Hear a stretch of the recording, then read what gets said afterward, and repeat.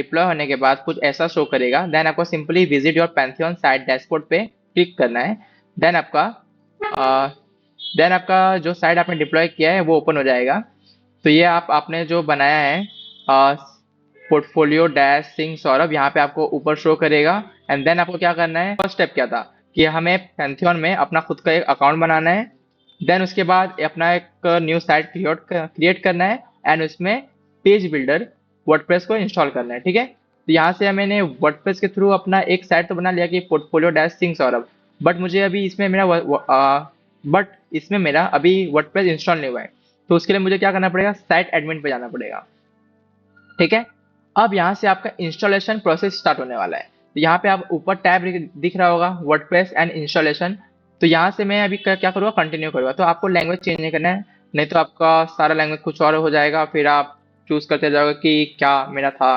ठीक है, तो आपको यहाँ पे सिंपली क्या लिखना है, पोर्टफोलियो पोर्टफोलियो डैश, जो मैंने रखा था सिंह सौरभ। ठीक है, और आपको हमेशा यूजर नेम में यूजर एंड पासवर्ड में एडमिन डालना है। ठीक है, ये स्टेप याद रखना, यूजर नेम हमेशा यूजर रहना चाहिए, पासवर्ड एडमिन होना चाहिए।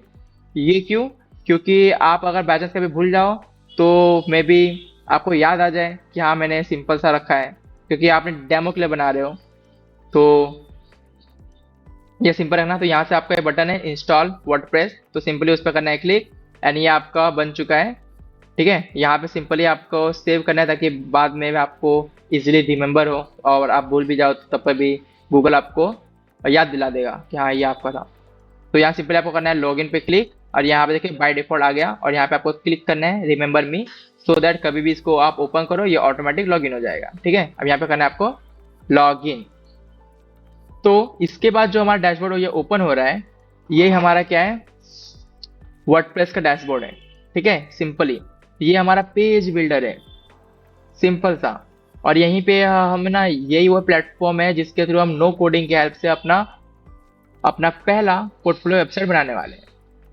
तो यहाँ पे ना लेफ्ट साइड में कुछ हमें नैव बार मिल जाते हैं, यानी कि बटन्स मिल जाते हैं। तो इसका काम क्या है, सिंपली पोस्ट का काम क्या होता है, हम इंस्टाग्राम सोशल मीडिया इन सब प्लेटफॉर्म में पोस्ट करते रहते हैं, वैसा सिंपली इसका काम है कि हम पोस्ट करते हैं, बट हम वो पोस्ट कहाँ करते हैं, अपने वेबसाइट में करते हैं। तो सिंपली ये सब का हमें कुछ काम नहीं है, हमें सिंपली इसे क्लिक करना है। यहाँ पे हमें ऑप्शन चूज करना है move to trash and then करना है apply.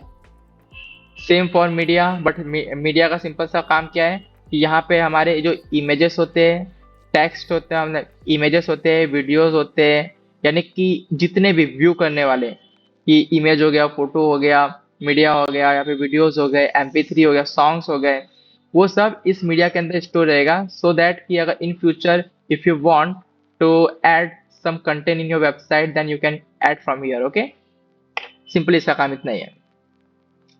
But and after that you have a page. तो पेज का मतलब यहाँ पे क्या है, ये पेज का डायरेक्टली आपका कनेक्शन है आपके वेब पेजेस से। और वो वेब पेज कैसे दिखते हैं, ये इसे आप क्या बोलते हैं, पेज बोलते हैं। बट ये किस फॉर्मेट में है, ये एक डिजिटल फॉर्मेट में है। तो ठीक है, तो ये पेज आप कहाँ से बनाओगे, इस पेजेस में जाओगे। ठीक है, यहाँ पे बाय डिफॉल्ट कुछ पेजेस है, तो इसको भी मुझे क्या करना है, simply move to trash and then apply.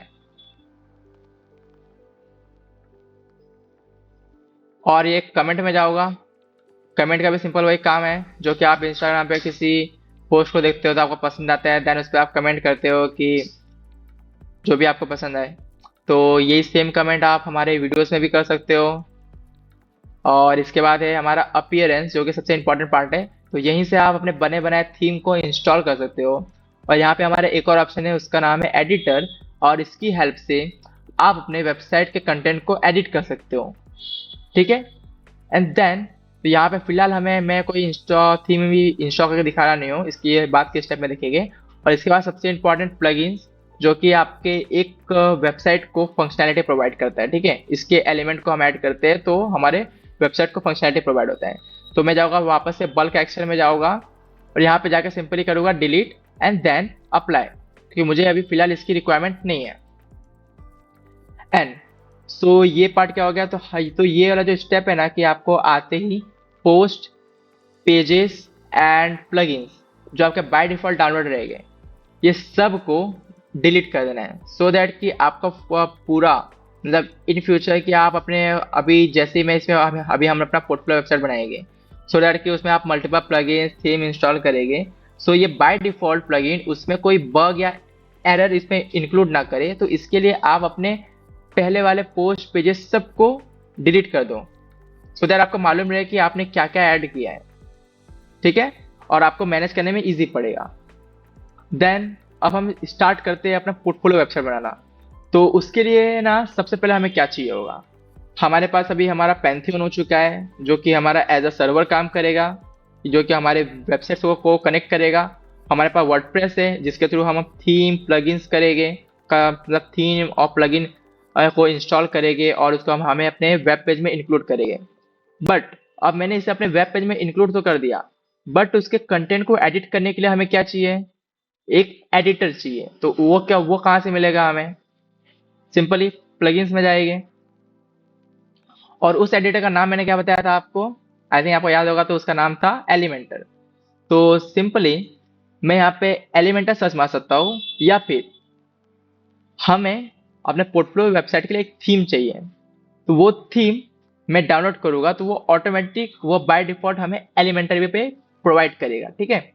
तो उसके लिए एक प्लगइन है जो कि आपको याद रखना है और मेरे साथ आप यहाँ पे टाइप कर सकते हैं, उसका नाम है starter template. Okay, starter template, I think आपको दिख रहा होगा प्रॉपर, ठीक है।